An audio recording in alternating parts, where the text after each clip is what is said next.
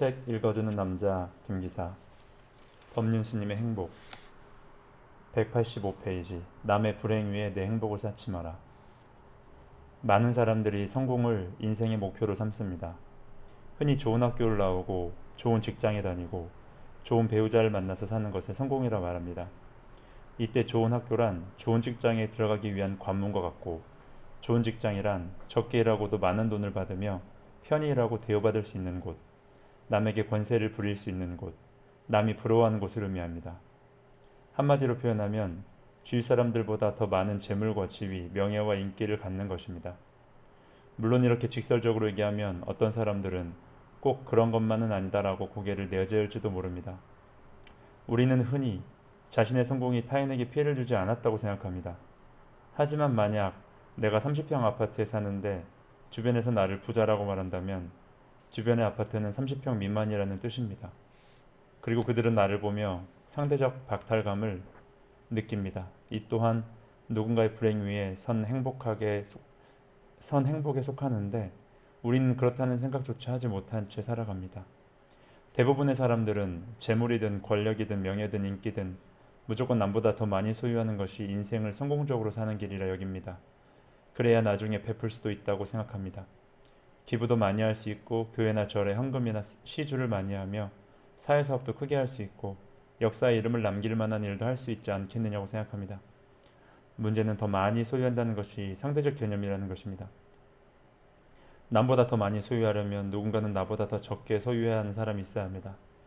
재물을 예로 들면 누군가 적게 일하고 많이 받는다면 누군가는 많이 일하고 적게 받기 마련입니다. 권력도 마찬가지입니다. 누군가 앉아서 명령한다는 것은 다른 누군가는 그 명령을 받아 처리한다는 뜻입니다. 그래서 한 사람의 성공이 빛나려면 수많은 사람들의 실패가 있어야 하고, 한 사람이 소유하는 재화의 양이 크면 클수록 기본적인 욕구조차 해결할 수 없는 빈곤한 사람들이 늘어납니다. 결국 우리가 추구하는 성공은 본질적으로 남에게 고통을 떠넘기고 얻은 대가라고 할 수 있습니다. 특히나 지금 우리 사회는 성공하려면 다른 사람이 희생을 딛고 올라서야 하는 구조입니다. 내 성공에는 필연적으로 다른 누군가의 실패가 뒤따라옵니다. 구조적으로나 현실적으로 모두 함께 성공할 수는 없게 되어 있습니다. 내 이익을 위해서는 타인에게 손해를 끼칠 수밖에 없는 피라미드 구조이기 때문입니다.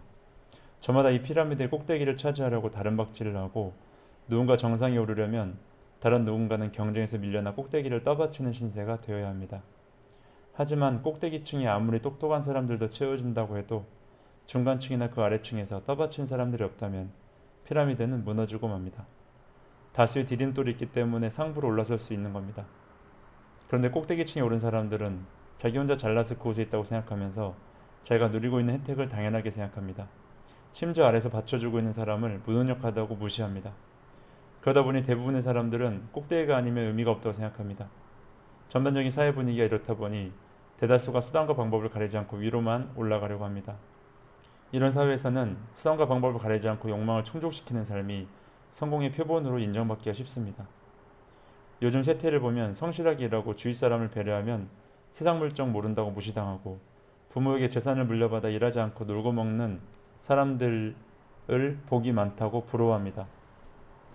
만약 지금 내 주변에 고통받는 사람이 있는데도 내가 남들보다 권력과 재물, 명예와 인기를 더 많이 가졌다면 그것으로 누리는 내 기쁨은 그들의 희생으로 얻어진 것입니다. 그러니 내가 힘들게 일하지 않고 편히 살 수 있는 것은 나보다 힘들게 일하면서도 어렵게 살아가는 사람들이 있기 때문임을 알아야 합니다. 어느 날 프라세나짓 왕이 부처님께 물었습니다. 훌륭한 왕이 되는 길은 무엇입니까? 그러자 부처님께서 이렇게 대답하셨습니다. 외아들을 사랑하듯 백성을 사랑하십시오. 타인의 불행 위에 자신의 행복을 쌓아서는 안 됩니다. 왕의 지위를 특별한 것으로 여기지 마십시오. 항상 가난하고 병든 이를 구하며 외로운 이를 위로한다면 굳이 출가하여 고행을 할 필요가 없습니다. 왕이 어리석으면 한 나라의 운명은 말할 것도 없고 자기 자신의 생명조차 온전히 보존하기 어렵습니다. 우리는 보통 훌륭한 지도자라고 하면 세력이 강해야 한다고 생각합니다. 그러나 부처님께서는 왕의 지위를 특별한 것으로 여기지 말고 백성을 잘 보살피는 공덕이야말로 지도자의 가장 중요한 자질이자 덕목이라고 강조하셨습니다. 부처님께서는 한 나라의 왕자로서 부족함 없이 호화로운 삶을 살았지만 세상 사람들의 고통을 본 뒤 남들이 부러워하는 조건을 헌신짝처럼 버리고 출가를 하셨습니다. 남의 것을 빼앗아 나의 곳간을 채우고 남의 자리를 뺏어서 나의 출세길을 도모하고 남의 명예를 뺏어서 내 명예로 삼는 길을 가지 않겠다고 결심하신 것입니다. 그런데 우리는 지금까지 남의 불행 위에 내 행복을 쌓는 게 성공적인 삶이라고 잘못 알고 살아왔습니다. 그게 행복해지는 길이라고 생각하며 무작정 달려왔습니다. 그렇다면 이제라도 남과 더불어 행복해지려면 어떻게 해야 할까요? 오늘날 우리가 비록 경쟁사회에 살고 있지만 경쟁에서 이기면서도 타인을 억누르지 않고 경쟁에서 지면서도 패배감 없이 사는 길은 삶의 목표를 1등이 아니라 2등에 두는 겁니다. 예를 들어 승진할 기회가 있으면 옆에 있는 동료를 보면서 이번에는 당신 먼저 하는 마음을 갖는 거예요. 그러면 사회생활에서 뒤처지지 않나요? 이렇게 반문하는 사람도 있을지 모르지만 실제로는 그렇지 않습니다. 승진에 욕심을 내지 말라는 것일 뿐 일을 게을리하라는 얘기가 아니기 때문입니다. 일할 때는 누구보다 열심히 하되 승진이나 보상받을 기회가 오면 뒤로 물러서라는 의미입니다. 예를 들어 물건을 팔러 갔는데 갑자기 경쟁자가 나타났다면 고객에게 저분 걸 먼저 사십시오 라고 말하는 것이 꼭 경쟁자를 위한 태도는 아닙니다. 오히려 나 자신을 위한 겁니다. 내가 진심으로 이렇게 마음을 낼 수 있다면 고객이 어떤 선택을 하더라도 괴롭지가 않습니다. 상대방 물건을 구매해도 패배감이 들지 않습니다.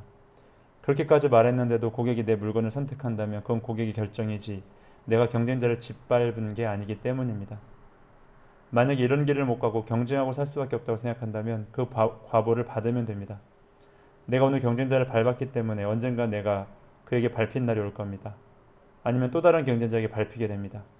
이 과보는 누구도 피할 수 없기 때문에 이왕 받는 거라면 기꺼이 받겠다는 마음을 내면 괴로움이 덜할 수 있습니다. 그러면 원망하거나 억울한 생각이 덜합니다.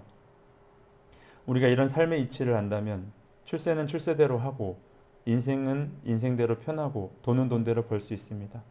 그런데 이 이치를 모르고 어떻게든 남을 이기려고만 하니까 인생이 피곤한 것입니다. 이기려는 마음이 없다면 어디서 누구와 사회생활을 해도 긴장하거나 초조할 필요가 없습니다.